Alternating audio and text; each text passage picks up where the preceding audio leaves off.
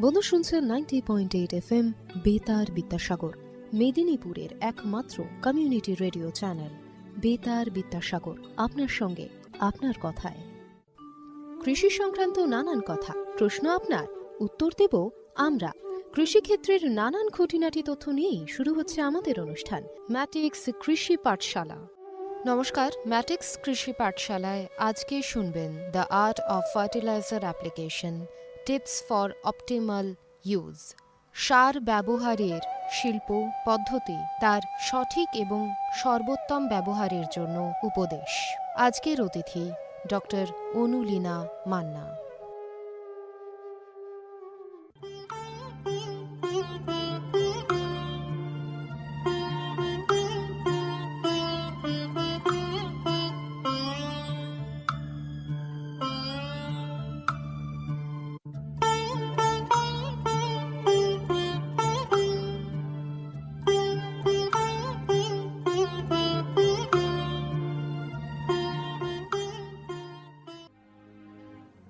কৃষিপ্রধান দেশ ভারতবর্ষ, তাই কৃষিক্ষেত্রে উন্নতির কথা মাথায় রেখে কৃষক বন্ধুর পাশে দেশের প্রধানমন্ত্রী শ্রী নরেন্দ্র মোদী সূচনা হলো কৃষকদের জন্য বিশেষ যোজনা PM প্রণাম। জৈবিক সারের ব্যবহার থেকে কৃষকদের বিশেষ প্যাকেজ প্রদান, সবই এই যোজনার অন্তর্গত। PM প্রণাম প্রধানমন্ত্রী কর্তৃক কৃষক বন্ধুর জন্য বিশেষ যোজনা।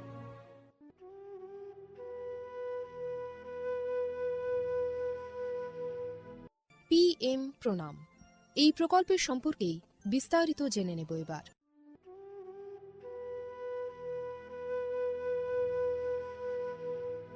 অর্থনৈতিক বিষয় সংক্রান্ত মন্ত্রিসভা কমিটি অর্থাৎ CCEA 28 জুন 2023 তারিখে অনুষ্ঠিত একটি বৈঠকে PM প্রণাম প্রকল্পটি অনুমোদন করেছে।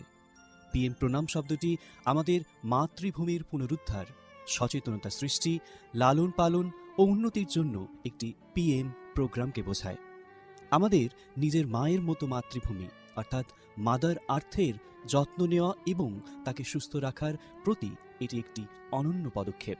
এভাবেই মাতৃভূমি এর বিনিময়ে আমাদের অনেক কিছুই ফিরিয়ে দেবেন। গ্রাম পর্যায় থেকে শুরু করে আমাদের সম্মিলিত প্রচেষ্টার মাধ্যমেই এটি সম্ভব। PM প্রণামের প্রাথমিক লক্ষ্য হল একটি গুরুত্বপূর্ণ সমস্যার সমাধান করা, আর সেই সমস্যা হল কৃষিতে রাসায়নিক সার এবং কীটনাশকের অত্যধিক ব্যবহার। অধিক উৎপাদনের আকাঙ্ক্ষায় অতিমাত্রায় সার ও কীটনাশকের ব্যবহার হচ্ছে, যার ফলে এই মাটির ক্ষতি হচ্ছে এবং উৎপাদন ক্ষমতা কমে যাচ্ছে। মাটির পুষ্টি নিরাপত্তার জন্য কৃষিতে জৈব এবং প্রাকৃতিক সার একীভূত করে মাটির পরীক্ষাভিত্তিক সারের সুষম ব্যবহার পদ্ধতি করা প্রয়োজন। এছাড়াও জৈব এবং প্রাকৃতিক কৃষি পদ্ধতি, সম্পদ সংরক্ষণের কৌশল যেমন সমন্বিত চাষ পদ্ধতি, ক্ষুদ্র সেচ, মালচিং, নো-টিলাজ, ফসলের ঘূর্ণনের মতো পদ্ধতিও কৃষিক্ষেত্রে গ্রহণ করা উচিত। এই পদ্ধতি মাটির উর্বরতা বাড়াবে, পরিবেশ দূষণ হ্রাস করবে এবং দীর্ঘমেয়াদী কৃষি উৎপাদনশীলতা বাড়াবে। কৃষিক্ষেত্রে সুষম সারের ব্যবহার মাটি সহ আমাদের পরিবেশের স্বাস্থ্য নিশ্চিত করতে গুরুত্বপূর্ণ ভূমিকা পালন করে। ভারসাম্য বজায় রেখে সার ব্যবহারের অর্থ হল উদ্ভিদের জন্য প্রয়োজনীয় পুষ্টির উপাদান সঠিক পরিমাণে এবং অনুপাতে সঠিক সময়ে এবং সঠিক পদ্ধতিতে ব্যবহার করা। সংশ্লিষ্ট রাজ্য বিশ্ববিদ্যালয়গুলি ইতিমধ্যে তাদের এলাকার ফসলের প্রয়োজন অনুসারে এই ডোজগুলি নির্ধারণ করেছে। সুপারিশকৃত ডোজ অনুযায়ী সার ব্যবহার করলে ফসলের ফলন ও গুণগত মান বৃদ্ধি পাবে। সুস্পষ্ট মাটিতে জন্মানো ফল, শাকসবজি এবং শস্য প্রায়শই প্রয়োজনীয় পুষ্টিগুণে সমৃদ্ধ এবং স্বাদ ভালো হয়। ভালো ফসলের জন্য এবং গুণমান আমাদের কৃষকদের জন্য উচ্চ লাভের দিকে পরিচালিত করে। এটা শুধু আরও বেশি পরিমাণ ফসল ফলানোর জন্য নয়, বরং ফসলের মানকেও উন্নত করার জন্য একটি বড় পদক্ষেপ। এটি একটি জয়ের কৌশল যা আমাদের কৃষকদের, আমাদের পরিবেশ এবং শেষ পর্যন্ত আমাদের সকলকে উপকৃত করে। সঠিক জ্ঞানের সঙ্গে পুষ্টির ব্যবহার করলে আমরা যে শুধু ফলনই বাড়াতে পারব তা নয়, বরং আমাদের জমি ভবিষ্যৎ প্রজন্মের জন্য যাতে উর্বর থাকে তাও নিশ্চিত করতে পারব। সুতরাং আসুন একটি উজ্জ্বল এবং আরও টেকসই কৃষি ভবিষ্যতের জন্য সুষম সার ব্যবহারের প্রচার এবং অনুশীলন চালিয়ে যাই। বিকশিত ভারত সংকল্প যাত্রা, বিকশিত ভারত সংকল্প যাত্রা। আসুন এই প্রকল্পের বিষয়ে এবার জেনে নেওয়া যাক। এই প্রকল্পের মূল উপাদানগুলির মধ্যে একটি হল পিএম প্রণাম প্রকল্প এবং কৃষিতে ড্রোনের ব্যবহারকে উন্নীত করার প্রচেষ্টা করা। সারের সুষম ব্যবহার এবং ন্যানো সারের ব্যবহার নিশ্চিত করার লক্ষ্যে department of fertilisers, sir company, প্রধানমন্ত্রী কৃষি সমৃদ্ধি কেন্দ্র, ফিল্ড অফিসার এবং নোডাল অফিসার সহ বিভিন্ন স্টেক হোল্ডারদের একত্রিত করেছে। VBSY এর একটি আকর্ষণীয় বিষয় এই যে এর মাধ্যমে বিভিন্ন ফসল এবং গাছপালাগুলিতে ন্যানো সার এবং জলে দ্রবণশীল সার স্প্রে করার পদ্ধতি প্রদর্শনের জন্য ড্রোনের ব্যাপক পরিমাণ ব্যবহার করা।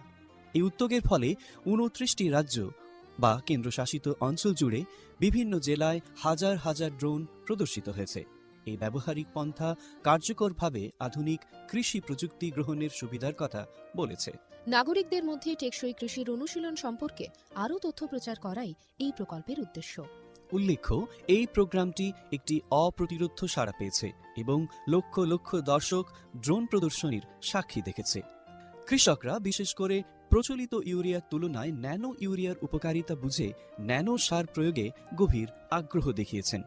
এই ইভেন্টগুলির সময় আলোচনার আর কথোপকথনের মাধ্যমে করা অনুশীলনগুলি যথেষ্ট কার্যকরী হয়েছে, যা কৃষকদের মধ্যে ক্রমবর্ধমান সচেতনতা এবং আগ্রহ প্রদর্শন করেছে। বহু উৎসাহী কৃষক এই প্রকল্পের প্রতি ড্রোন ব্যবহারে আগ্রহ প্রকাশ করেছেন। এই আধুনিক প্রযুক্তির অর্থনৈতিক সম্ভাব্যতা কৃষকদের আলোর দিশা দেখিয়েছে এবং কৃষিতে আরও টেকসই এবং সাশ্রয়ী পদ্ধতির পথ প্রশস্ত করেছে। মাননীয় প্রধানমন্ত্রী শ্রী নরেন্দ্র মোদী প্রধানমন্ত্রী মহিলা কিষাণ ড্রোন কেন্দ্র চালু করেছেন। এটি মহিলাদের স্বসহায়ক গোষ্ঠীগুলিকে ড্রোন সরবরাহ করবে, যাতে তারা জীবিকা নির্বাহের জন্য এই প্রযুক্তি ব্যবহার করতে পারেন। প্রধানমন্ত্রী কৃষি সমৃদ্ধি কেন্দ্রগুলি VBSY প্রোগ্রামগুলিকে সমর্থন করার জন্য সক্রিয় ভূমিকা পালন করেছে, যার ফলে এই উদ্যোগের সহযোগিতামূলক প্রকৃতির উপর জোরও দেওয়া হয়েছে। বিকশিত ভারত সংকল্প যাত্রা শুধু একটি যাত্রা নয়, এটি ভারতীয় কৃষির জন্য একটি টেকসই এবং প্রযুক্তিগতভাবে উন্নত ভবিষ্যতের দিকে একটি রূপান্তরমূলক পদক্ষেপ। যাত্রার অগ্রগতির সঙ্গে সঙ্গে এটি দেশের কৃষি ল্যান্ডস্কেপকে নতুন রূপ দেওয়ার, উদ্ভাবনকে উৎসাহিত করার এবং সবার জন্য একটি সবুজ আরও সমৃদ্ধ ভবিষ্যৎ নিশ্চিত করার প্রতিশ্রুতি দেয়। ড্রোন প্রযুক্তি, ন্যানো সার এবং টেকসই চাষ পদ্ধতির প্রচারের মাধ্যমে এটি শুধুমাত্র সচেতনতাই তৈরি করছে না, বরং কৃষকদের আরও সমৃদ্ধ এবং পরিবেশ বান্ধব ভবিষ্যতের জন্য উদ্ভাবন গ্রহণ করতে অনুপ্রাণিত করছে। আমরা যেমন এই কৃষি বিপ্লবকে উৎসাহিত হতে দেখি, এটা স্পষ্ট যে বিকশিত ভারত সংকল্প যাত্রা একটি উন্নত এবং টেকসই ভারতের জন্য বীজ বপন করছে এবং এগিয়ে নিয়ে যাচ্ছে। এরই অঙ্গ হিসেবে আমাদের এবারের অনুষ্ঠান বেতারের মাধ্যমে কৃষি বন্ধুর জন্য সচেতনতামূলক অনুষ্ঠান ম্যাটিক্স কৃষি পাঠশালা। শুনতে থাকুন বেতার বিদ্যাসাগর FM 90.8। স্বাস্থ্যকর মাটি, স্বাস্থ্য ভারত। প্রিয় কৃষক ভাই ও বোনেরা, ম্যাট্রিক্স ফার্টিলাইজার অ্যান্ড কেমিক্যালস লিমিটেডের পক্ষ থেকে আমরা আপনাদের সকলকে উষ্ণ অভ্যর্থনা এবং শুভেচ্ছা জানাই। বন্ধুরা, matrix fertiliser and chemicals limited Paschimbanga রাজ্যের পূর্ব বর্ধমান জেলার পানাগড়ে অবস্থিত একটি ইউরিয়া উৎপাদনকারী সংস্থা। ম্যাট্রিক্স প্ল্যান্টটি পশ্চিমবঙ্গের প্রথম এবং একমাত্র ইউরিয়া কারখানা। আপনারা সবাই জেনে খুশি হবেন যে মাটি পরীক্ষার জন্য কোম্পানি কর্তৃক একটি ভ্রাম্যমাণ মৃত্তিকা পরীক্ষাগার স্থাপন করা হয়েছে, যা সমগ্র বাংলায় তার পরিষেবা প্রদান করে। এর পাশাপাশি কৃষকদের চাহিদা অনুযায়ী সংস্থার দ্বারা অন্যান্য নতুন পণ্য উপলব্ধ করা হয়, যার মাধ্যমে আপনারা সকলেই আপনাদের চাষে আরও বেশি ফলন এবং মুনাফা পেতে পারেন।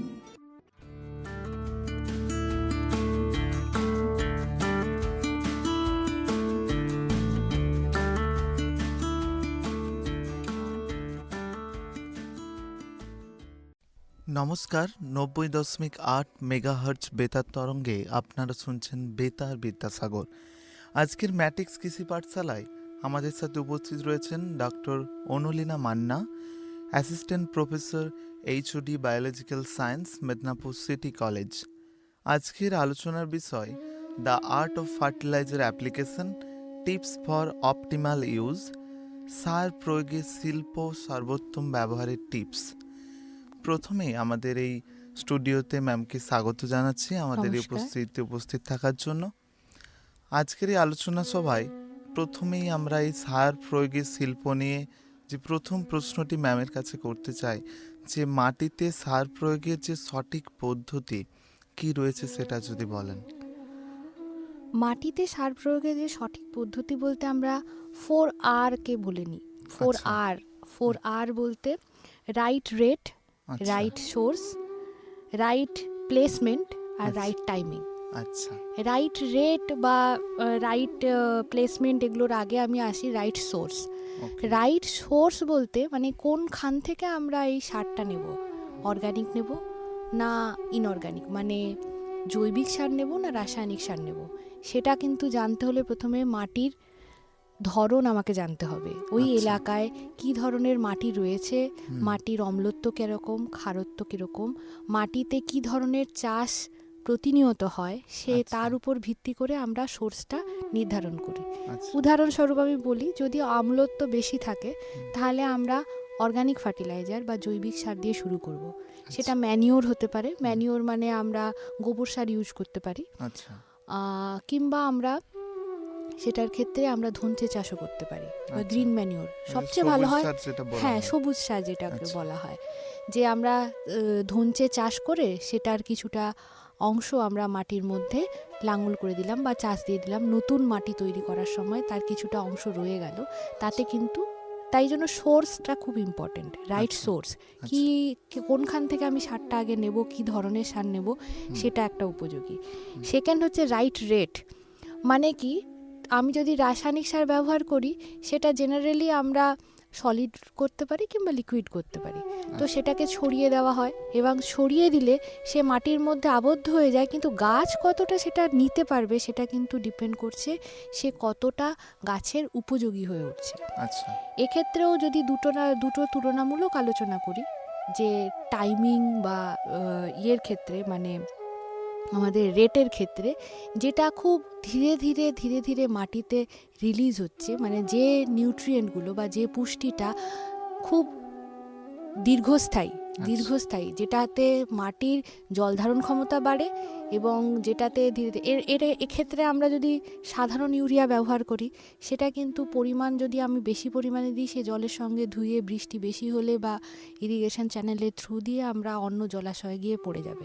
কিন্তু আমি যদি নিম কোটেড ইউরিয়া ইউজ করি বা সালফার কোটেড ইউরিয়া ইউজ করি, তাহলে কি হবে, ইউরিয়া রিলিজের ক্ষমতা, ইউরিয়ার ধরন সে ধীরে ধীর গতিতে সে মাটিতে যাবে এবং গাছের পুষ্টি হিসেবে যাবে। তো এক্ষেত্রে মাটিতে কিন্তু প্রয়োগ পদ্ধতি আলাদা হয়ে গেল, কারণ আমরা রেটটা তার কমিয়ে দিচ্ছি এবং মাটিতে দীর্ঘস্থায়ী করে দিচ্ছি তাকে। আরেকটা হচ্ছে প্লেসমেন্ট। আগে আমরা যেটা সাধারণ চাষিদের ক্ষেত্রে বা আমরা প্রধানত চারপাশে আমরা যেটা দেখে থাকি, যে হয় স্প্রে করে দেয় বা কিংবা হচ্ছে ছড়িয়ে দেয়। তাতে কি হয়, যেগুলো বৃষ্টিবহুল, এখন তো পরিবেশের বিভিন্ন রকম পদ্ধতি চেঞ্জ হচ্ছে, কখনো আমরা যে সময় বৃষ্টি চাই না সে সময় বেশি বৃষ্টি, যে সময় বৃষ্টি চাই সে সময় শুকনো থাকে। তো এই ধরনের যে বিভিন্ন রকম পরিবর্তনের ফলে বৃষ্টি হওয়ার সম্ভাবনা বা ইরিগেশনের প্রয়োজনীয়তা অনেক বেড়ে যাচ্ছে। তার ফলে সার কোথায় যাবে, কোথায় দেওয়া হবে সেটা খুব গুরুত্বপূর্ণ। আমি যদি এই ছড়িয়ে দেওয়া বা ব্রডকাস্টিং মেথড ইউজ করি, তাতে কিন্তু আমার সার ধুয়ে ম্যাক্সিমাম গাছের ক্ষেত্রে না গিয়ে সেটা পরিবেশে অন্য জায়গায় গিয়ে পৌঁছে যায় বা মাটির অনেক ভেতরে ঢুকে যায়, যেটা গাছের মূল যে অংশটা, মূল বা রুট আমরা যেটাকে বলি, সেখানে কিন্তু সে পায় না। তো সেক্ষেত্রে আমরা বিভিন্ন রকম প্রসেস ইউজ করে থাকি, যেমন প্লেসমেন্ট, প্লাউ সোল হতে পারে। প্লাউ সোল মানে আমরা লাঙল যখন দিই তখন একটা উঁচু অংশ একটা নিচু অংশ তৈরি হয়, রিজ আর ফারো, সেই ফারোর দুদিকে আমরা দিতে পারি বা সাইড অ্যাপ্লিকেশন। আলু ফসলের ক্ষেত্রে হ্যাঁ, যেরকম দেওয়া হয় আলু ফসলের ক্ষেত্রে, যে একটা হিলের মতো বা পাহাড়ের মতো তৈরি হয়েছে, পাহাড়ের দুদিকে একটা বর্ডার বর্ডার থাকবে আর দুদিকে হচ্ছে যে আমি সার প্রয়োগ করলাম, এক্ষেত্রে সেরকম করা যেতে পারে। কিন্তু সেটা ফসল ভিত্তিক হতে হবে। আচ্ছা, তার মানে কি হচ্ছে যে প্লেসমেন্টটা ইম্পর্টেন্ট। অনেকের ক্ষেত্রে আবার যে পর্যন্ত আমার মূলটা গিয়েছে, রুটটা গিয়েছে, সেই জায়গাটাতে এটাকে হচ্ছে যে ডিপ ইরিগেশন মেথড বলে। ডিপ আচ্ছা। ইরিগেশন মানে অনেক গভীরতে, যেখানে সেচ ব্যবস্থায় মাটির একটু নিচের দিকে আমরা নলের মাধ্যমে কন্টিনিউয়াসলি মানে ক্রমাগত Autoflow-তেই জল, জলটা হ্যাঁ, বেরোচ্ছে। জল বেরোচ্ছে। হুম, এবং তার সঙ্গে সঙ্গে যদি আমি সারও মিশিয়ে দিই, সে ওই রুটের অংশতেই যতটুকু দরকার ততটুকু ময়েশ্চারের সঙ্গে বা যে জল ধারণ ক্ষমতা আছে তার সঙ্গে তার নিউট্রিয়েন্টটাও যাচ্ছে, যাতে রুট খুব তাড়াতাড়ি বা মূল খুব তাড়াতাড়ি গাছের পুষ্টিগুলোকে নিতে পারে এবং গাছকে বৃদ্ধিতে বা উৎপাদনে, তার উৎপাদনের আধিক্যে সাহায্য করতে পারে। একদম। আরেকটা হচ্ছে টাইমিং। হুম, টাইমিং মানে আমি কোন সময় দেব, সারা সময় ধরে বিভিন্ন সময় আমার যখনই মনে হচ্ছে একটু দিয়ে দিলাম সেরকম করলে হবে না। প্রত্যেকটা গাছের কিন্তু আলাদা আলাদা টাইম রয়েছে।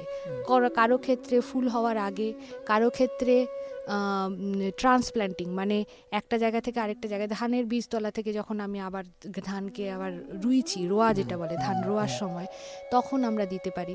কিংবা আচ্ছা। তার ধান তোলার 1 মাস আগে তখন আমরা দিতে পারি। এবং সেই সময়ের উপর ভিত্তি করে আমরা সার প্রয়োগের ধরনও বদলে দিই। যেমন আমরা কখনো হচ্ছে যে ব্রডকাস্টিং মেথড করি, কখনো স্প্রে করি। এবং অনেক সময় গাছের ক্ষেত্রে যেটা দেখা যায়, আমরা ম্যাক্সিমাম চাষিদের ক্ষেত্রে যেটা হয়, সবসময় তো মাটি পরীক্ষামূলক ব্যবস্থা থাকে না। তো গাছের কিছু কিছু রোগ দেখে বা গাছের পাতা ছিঁড়ে আমরা তার কি পুষ্টির অভাব রয়েছে সেটাকে ডিরেক্টলি জেনে নিতে পারি আচ্ছা, এবং সেই অনুযায়ী তার ফোলিয়ার স্প্রেইং করতে। এটা মডার্ন টেকনোলজি, আচ্ছা। যে আমি লিকুইড জিনিস ওই গাছের পাতার উপরই স্প্রে করছি। এবং সেক্ষেত্রে জেনারেলি উদ্ভিজ্জ জিনিস বেশি প্রয়োগ করা হয়, মানে অর্গানিক ফার্টিলাইজার, সেটা লিকুইড ফর্মে বেশি ইউজ করা হয়, আচ্ছা, এগুলো করা হয়। আচ্ছা। আমরা আপনি বললেন যে নিম কোটেড ইউরিয়ার কথা। এর কি স্পেশালিটি রয়েছে যে আমরা এই নরমালের থেকে নিম কোটেড ইউরিয়া ইউজ করলে নিম preferable কোটেড শুধু ভালো নয়, পাবো? সালফার কোটেড ইউরিয়া এগুলোও পাওয়া যায়। তাতে কি আচ্ছা। হয়, ইউরিয়া যে পরিমাণে আমরা দিচ্ছি পরিমাণটা কম লাগবে। কেন আচ্ছা, না, ইউরিয়া আমার গাছ পাবে কি পাবে না এটা যে প্রয়োগ করছে তার তো ধারণা নেই, হুম, সে ছড়িয়ে দিল। এবার যে কারণে সে যতটা সাফিসিয়েন্ট অ্যামাউন্ট, মানে যতটা অপটিমাম, হুম, তার থেকে একটু বেশি ছড়িয়ে দেয়। আচ্ছা, ঠিক আছে, যে এইটা ভেবে যে বৃষ্টির জলে বা কোনো যখন আমার জল সেচ করা হবে তখন সেটা গাছের রুটেও যাবে, কিছুটা ভেতরেও ঢুকে যাবে, তো গাছ যেন তার প্রয়োজনীয় অংশটা পেয়ে যায়। অবশ্যই। কিন্তু এই যে নিম কোটেড বা সালফার কোটেডে কিন্তু আমরা কি করব না, তাতে নিমের আলাদা করে একটা আবরণ দেওয়া আছে বা সালফারের আবরণ দেওয়া আছে, যাতে ভেতরের ইউরিয়াটা খুব আস্তে আস্তে রিলিজ হয় বা আস্তে আস্তে মাটিতে পৌঁছয় এবং যে আচ্ছা। কারণে তার দীর্ঘস্থায়ী হয় হুম, এবং সেটা হচ্ছে যে গাছের পক্ষে অনেক উপযোগী এবং পরিমাণও অনেক কম লাগছে, যে কারণে অতিরিক্ত সার ব্যবহারের পরিমাণটা কমে যাচ্ছে আমার। আচ্ছা, তো এক্ষেত্রে নিম কোটেড বা সালফার কোটেডটা আমরা বেশি প্রেফার করি, আচ্ছা, মানে বা বেশি চাষিদের বলি যে সেগুলো ব্যবহার করুন। কিন্তু সেখানে একটা যেটা অসুবিধে চাষিদের রয়ে যায়, এটা হচ্ছে যে চাষিদের সবসময় বলার সুযোগও থাকে না, হুম, আর সেখানে ট্রেনিং বা প্রচারের মাধ্যমে সেটা করতে হয়। আরেকটা ব্যাপার থাকে যে দামের একটা ব্যাপার থাকে, আচ্ছা। মূল্যতে ইউরিয়া অনেক কম, হুম। নিম কোটেড বা সালফার কোটেড ইউরিয়া অনেক সাবসিডি দিয়ে আমরা পেতে পারি। হ্যাঁ হ্যাঁ, সাবসিডিতে যদি ফেলা যায় তাহলে এটা অনেকটা চাষির গ্রহণযোগ্য হবে। আচ্ছা, আদারওয়াইজ বেশি করেও যদি তার দামটা একই রয়ে যায় হুম, তাহলে সেই ইউরিয়াতেই থাকবে। বুঝতে পারছি। হুম। আচ্ছা, আর এই যে সবুজ সার আমরা বললাম, হুম। এক্ষেত্রে আমরা এই ফার্টিলাইজার ইউজের সাথে সাথে সবুজ সার যদি ব্যবহার করি, এর কতটা ভারসাম্য আমরা ব্যালেন্স করতে পারছি, বা ধরুন দামের তুলনায় তো এটা অনেক চাষি ভাইয়ের ক্ষেত্রে স্বল্প ব্যয়ে আমরা পাচ্ছি। হ্যাঁ, এটার ক্ষেত্রে যেটা মানে আমি প্রথমে বলবো উপকারিতা এটা, সেটা হচ্ছে যে আমরা যখন মাটিতে চাষ করছি না, যে সময় আমার মাঠ ফাঁকা আছে সেই সময় আমরা এই সবুজ চাষটা করতে পারি, বা আমরা একটা চাষ শুরু করব তার কিছুদিন আগে থেকে আমি এই সবুজ চাষটা করে দিতে পারি, যেটা ধনচে জেনারেলি চাষ হয় হুম, এবং যে মাটিতে নাইট্রোজেন নিজে থেকেই পরিবেশ থেকে মাটিতে আবদ্ধ করে। হুম, আর একটা হতে পারে যে কিছুদিন আগে থেকে করলাম, তারপরে ওটাকে কেটে ওটার সমস্ত কিছু মাটিতে বারবার চাষ দিয়ে মিশিয়ে দিয়ে সেটাকে ভালো করে ইরিগেশন দিয়ে মাটি তৈরি করে তাতে আবার চাষ করলাম। এটাতে সার ব্যবহারের পরিমাণ কিছুটা কমে, বিশেষ করে নাইট্রোজেন। আমাদের ক্ষেত্রে যেটা আমাদের মানে বলার মূল উদ্দেশ্য, নাইট্রোজেনটাকে গুরুত্ব দিতে গিয়ে বাকি সারগুলোকে আমরা অতটা গুরুত্ব দিচ্ছি না, যে কারণে ওটা যদি আমরা ক্রপ রোটেশন বা এই সবুজ চাষ যেটা বললেন, গ্রিন ম্যানিওর, যেগুলোর মধ্যে দিয়ে চাষ করে সেটাকে যদি মাটিতে করে দিতে পারি, অন্যান্য রাসায়নিক সার যেমন সালফার বা ম্যাগনেসিয়াম, ক্যালসিয়াম, যেগুলো গাছের খুব দরকার, বা যে সয়েল মাটিগুলোতে বারবার চাষের ফলে অম্লত্ব বেড়ে যাচ্ছে, তাদের অম্লত্ব কমানোর জন্য এই ধরনের রাসায়নিক সারগুলো যদি ব্যবহার করা যায় ইউরিয়ার বদলে, তাহলে আমরা অনেক বেশি উপকার পাবো।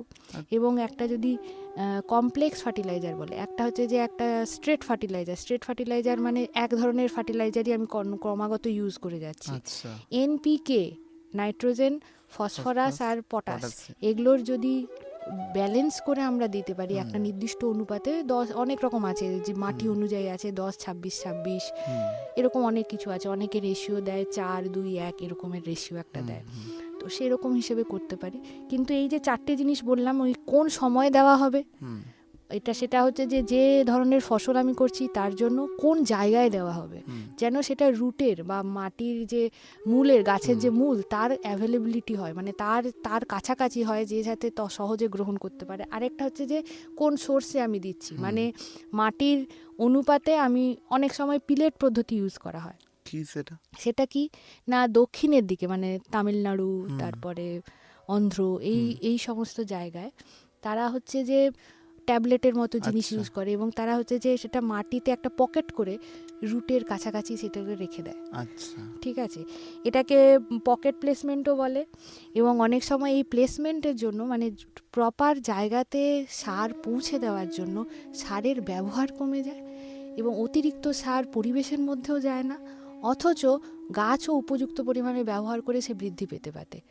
আর তারপরে আমরা আবার অর্গানিক সার এবং এটার অনুপাত অনুযায়ী যদি ব্যবহার করি, তাহলে আমার মাটির ভারসাম্যটাও রক্ষা হয়। তো সব মিলিয়ে এই প্রয়োগ পদ্ধতিটা কিন্তু খুব গুরুত্বপূর্ণ। আচ্ছা, প্রত্যেকটা সারের ক্ষেত্রে আমরা দেখি একটা নির্দিষ্ট আমাদের পরিমাণ থাকে, বা আমরা আনুমানিক হিসাবে একটা ধরে নেই এই পরিমাণ এই জায়গাতে দেব সার। তো এই সবুজ সারের ক্ষেত্রেও এটা তো আমরা কম্পোস্টিং করে নিই লাগানোর পর, এর কি কোনো নির্দিষ্ট সময় রয়েছে যে এই টাইমে আমরা রোপণ করলে? যেহেতু এটা গাছের অংশই আমরা দেওয়া হচ্ছে, সেহেতু আমরা কো কাল্টিভেশন মানে একসঙ্গে চাষ তো করতে পারি না, তো সেই জন্য চাষের আগে আমাকে করে নিতে হবে। ঠিক আছে, বা দুটো ফসলের মাঝখানে করে নিতে হবে মাটিটাকে রক্ষণাবেক্ষণের জন্য। সেটা কত সময়ের ব্যবধান হতে পারে? 1 মাসের ব্যবধান। 1 মাসের ব্যবধানে আমরা করে নিতে পারি আগে। এটা করে নিতে পারি। আর আপনি যেটা বলছেন, যেটা হচ্ছে যে একসঙ্গে যদি করতে হয়, তাহলে সেটা সবুজ না দিয়ে আমরা এখন অনেক রকম জৈব সার, অণুজীব পাওয়া যায়। অণুজীব, মাইক্রোবস, মাইক্রোনিউট্রিয়েন্টস, মাইক্রোবস, যারা অ্যাকচুয়ালি কিন্তু গাছ সরাসরি মাটি থেকে পুষ্টি নিতে পারে না। এই যে অণুজীবগুলো থাকে, এরা ওই পুষ্টিটাকে গাছে পর্যন্ত পৌঁছে দেয়। এই যে প্রসেসটা, এটাকে আরও বেশি করে দ্রুতগামী করার জন্য অনেক সময় আমরা এই রকম মাইক্রোবস ইউজ করি, মানে অণুজীব, এগুলো এখন বাজারে পাওয়া যায়। আচ্ছা, এখন তো আমরা দেখতে পাচ্ছি যে গতানুগতিক পদ্ধতিতে অনেক আগে থেকেই একটা চাষি ভাই যে পদ্ধতি অবলম্বন করছে একটা সার ব্যবহারে, তো সেক্ষেত্রে বর্তমান সময়ে দাঁড়িয়ে কোথাও কি তার আধুনিকত্বের ছোঁয়া আমরা লাগিয়ে সেই ব্যবহার করতে পারি? হ্যাঁ, অনেক কিছুই করতে পারি আমরা। যেরকম এখন স্যাটেলাইট মাধ্যমে অনেক ম্যাপিং শুরু হয়ে গেছে, যেমন জিপিএস মাধ্যমে আমরা করতে পারি। এআই টেকনিক, আর্টিফিশিয়াল ইন্টেলিজেন্স অনেক হয়ে গেছে, যেখানে আমরা কোনো একটা গ্রামের ম্যাপ তৈরি করে সেখানে মাটি কীরকম তার পরীক্ষা নিরীক্ষা করে কোন ফসল ভালো হতে পারে, বা কোন ধরনের ফসলের মানে চেঞ্জ করলে, মানে পরিবর্তনশীল ফসলের একটা যদি আমরা রাখি, যেমন ধান চাষ করলাম তারপরে আবার একটা চাষ করলাম, এরকম যে একটা প্রোগ্রাম করে দেওয়া, মানে প্রোগ্রামিং করে দেওয়া, এটা একটা ধরনের প্রসেস হতে পারে, যেখানে আমি ওটাকে যদি ওই জিপিএস টেকনোলজি যদি ইউজ করি, সে নিজেই বলে দেবে কি ধরনের ফসল ইউজ করব, কতটা সার ইউজ করব, এই মাটিতে আগে আমি জৈব সার ব্যবহার করব, না আমি গ্রিন ম্যানিউর ব্যবহার করব, না হচ্ছে যে এমনি গোবর সার ব্যবহার করব, বা রাসায়নিক সারও কতটা এবং কোন প্রসেসে ইউজ করব। তো এই ধরনের প্রসেসগুলো হচ্ছে। তাছাড়াও পরীক্ষামূলক ব্যবস্থার মাধ্যমে ওই যে বললাম ফোলিয়ার স্প্রে, এখন লিকুইড ডিপ ইরিগেশন, এখন spray কি করে- ড্রোন টেকনোলজি ইউজ হ্যাঁ, করা ড্রোন যায়? টেকনোলজি ইউজ করা, যেটা বললাম এআই টেকনিকের মাধ্যমে আমি ড্রোন টেকনোলজি দিয়ে কোন জায়গায় কতটা, অনেক সময় সমসত্বভাবে আমাদের ডিস্ট্রিবিউট হয় না, নির্দিষ্টভাবে ছড়াতে গেলে তখন ছড়াতে গেলে একই জায়গায় একই জায়গায় পড়ে অনেকটা যায়। পড়ে যায়। হুম, ম্যানুয়ালি করাচ্ছে, মেশিন ড্রিভেন, মানে মেশিন দিয়ে বেশি করা হচ্ছে। তবে এগুলো অনেকটাই চাষিদের কাছাকাছি পৌঁছানো যাচ্ছে না। এটা আমরা একসঙ্গে যখন জমির পর জমি চাষ করছি কোনো কারণে, সেখানে আমার সুবিধে আছে বা আমাদের খরচ করার প্রবণতা রয়েছে, সেক্ষেত্রে করতে পারি, কিন্তু এটা অনেক বেশি চাষিদের সকলের কাছাকাছি পৌঁছে পৌঁছানো দিতে হবে, যাচ্ছে না। পৌঁছে দিতে হবে। অ্যাটলিস্ট যদি নাও হয় ড্রোন রিলেটেড, যদি নাও হয় ড্রোন দিয়ে বা এআই দিয়ে নাও হয়, তাদের কাছে অ্যাকচুয়ালি যাদের একটা ম্যাপ পৌঁছে যায়, সেই ব্যবস্থা করে দিতে হবে যে আচ্ছা এখানে কি ধরনের চাষ হলে ভালো, কতটা দিলে ভালো। আচ্ছা, আপনি বলছেন যে যদি আমরা একটা স্ট্রাকচার করে দিতে পারি একটা কৃষক ভাইকে, যে এই পদ্ধতিতে চাষ করুন, তাহলে সেটা ভালো হয়, সেক্ষেত্রে একটা চাষি ভাইয়ের সুবিধা হয়। সুবিধে হতে পারে। আমি লিকুইড ব্যবহার করব, মানে জলীয় সার ব্যবহার করব, না সলিড ব্যবহার করব, মানে দানা সার ব্যবহার করব, সেটাও সে বলে দেবে, এবং কত দূরে আমাকে পৌঁছতে হবে। আচ্ছা, ধরুন আমরা এই ফার্টিলাইজার ইউজের ক্ষেত্রে আমাদের তো বিভিন্ন রকমের পদ্ধতিতে হয়ে থাকে, সেটা হতে পারে একটা লিকুইড বা সলিড। সেক্ষেত্রে কি কোনো রকম এর মধ্যে গ্যাপিং আমরা দেখতে পাই, যে ব্যবধান দেখতে পাই যে না, এই দুটোর মধ্যে এটা ব্যবহার করলে চাষি ভাই বেশি সাফল্য পেতে পারে? দেখুন দুটোরই সুবিধে অসুবিধে রয়েছে, হুম, কিন্তু ঘটনা হচ্ছে যেমন কোন কোন পরিবেশের সঙ্গে কোনটা উপযোগী, আচ্ছা, কোন পরিবেশের সঙ্গে কোনটা উপযোগী। যে জায়গায় জলের ওয়াটার ফ্লো বেশি, যেখানে ঢাল আছে জমিতে, সেখানে যদি আমি ব্রডকাস্টিং মেথড, মানে ছড়িয়ে দেওয়ার পদ্ধতিতে করি, দানাগুলো যদি ছড়িয়ে দিই, সলিডগুলো যদি ছড়িয়ে দিই, তাতে কি হবে না সেগুলো ধুয়ে চলে যায়। হুম, ঠিক আছে, যেহেতু জমিতে ঢাল রয়েছে, যেখানে জমিতে জল জমে আছে, উপরের লেভেলেই সে মানে জমির নিচের জমিতে টপ সয়েল বলে, আর একটা সাব সয়েল বলে। টপ সয়েল হচ্ছে যেখান পর্যন্ত আমার গাছের মূল যায়, উপরের যে একটা মাটি, আর তার নিচের অংশটাকে বলা হয় সাব সয়েল। অ্যাকচুয়ালি সাব সয়েলে নিউট্রিয়েন্ট থাকে না, মানে পুষ্টি বেশি থাকে না। আমি যদি সাব সয়েলের জায়গায় যদি পুষ্টিকে আমি দিয়ে দিতে পারি, এখন অনেক রকম টেকনোলজি আছে, প্রচুর মানে বীজ বপনকারী মেশিন বেরিয়ে গেছে, যেগুলো বীজের সঙ্গে সঙ্গে সারকেও একটা নির্দিষ্ট, মানে উপরে বীজ থাকবে, নিচে সার থাকবে। আচ্ছা, ঠিক আছে, এরকমভাবে বিভিন্নভাবে মাটিতে আমরা রোপণ করতে পারবো।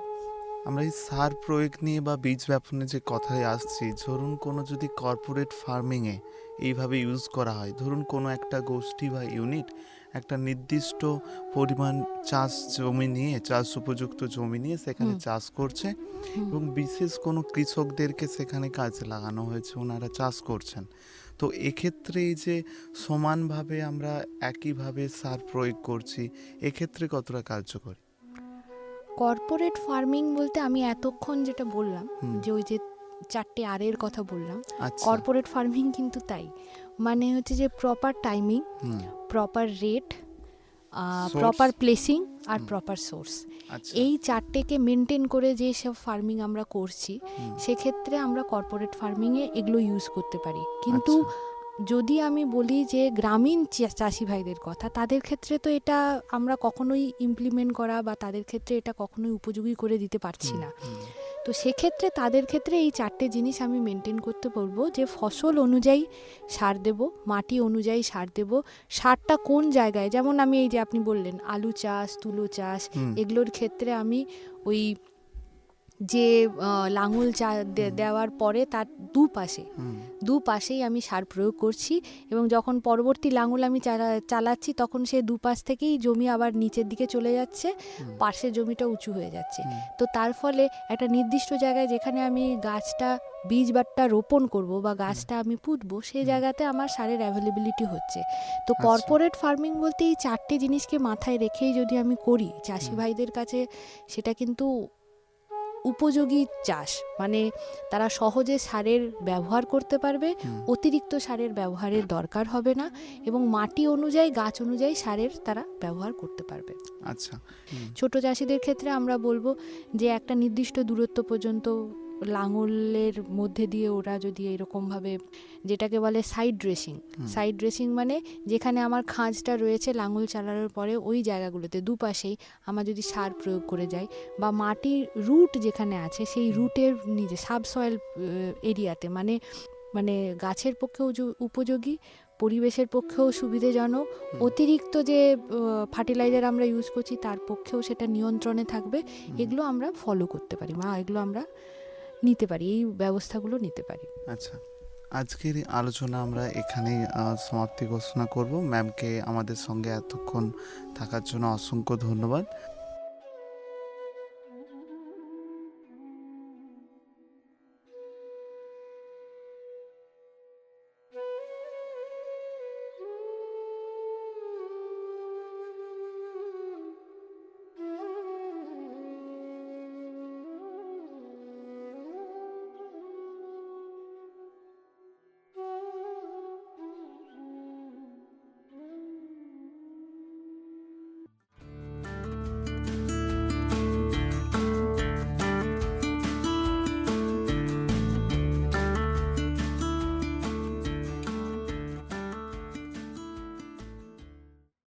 বন্ধু শুনছেন 90.8 FM বেতার বিদ্যাসাগর, মেদিনীপুরের একমাত্র কমিউনিটি রেডিও চ্যানেল বেতার বিদ্যাসাগর। আপনার সঙ্গে, আপনার কথায়।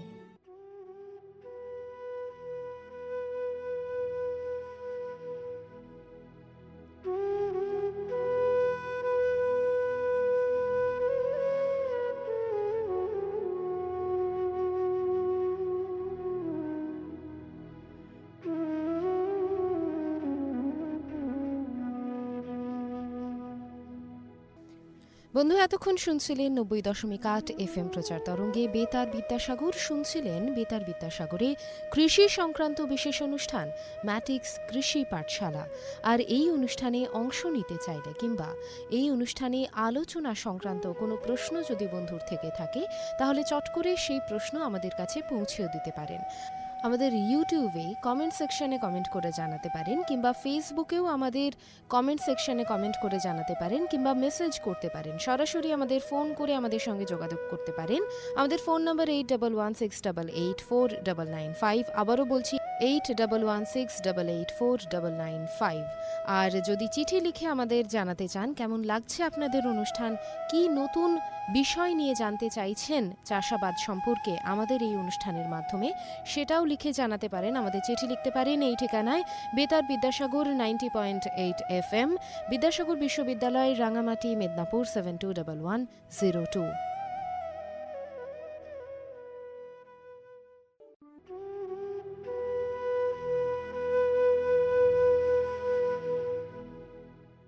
এতক্ষণ শুনছিলেন কৃষি সংক্রান্ত বিশেষ অনুষ্ঠান ম্যাটিক্স ফার্টিলাইজার্স ও কেমিক্যালস লিমিটেডের প্রস্তুতি, কৃষক ভাই ও বন্ধুর জন্য কৃষিক্ষেত্রে বিশেষ বার্তা।